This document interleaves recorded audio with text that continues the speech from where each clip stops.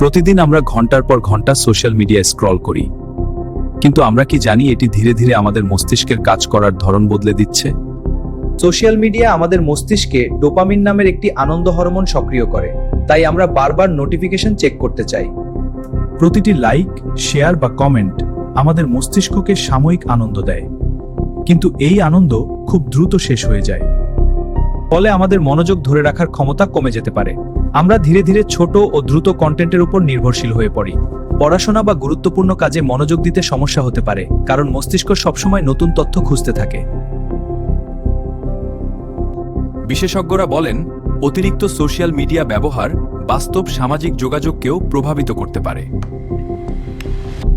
তবে social media সব খারাপ নয়। এটি আমাদের তথ্য জানতে, যোগাযোগ রাখতে এবং শেখার সুযোগও দেয়। মূল বিষয় হলো ভারসাম্য। নিয়ন্ত্রিত ব্যবহার আমাদের জন্য উপকারী হতে পারে। সোশ্যাল মিডিয়া আমাদের মস্তিষ্ক বদলাচ্ছে, কিন্তু সেটা নির্ভর করে আমরা কিভাবে এটি ব্যবহার করি তার উপর। আপনি কি মনে করেন সোশ্যাল মিডিয়া আমাদের বন্ধু, নাকি ধীরে ধীরে আমাদের নিয়ন্ত্রণ করছে?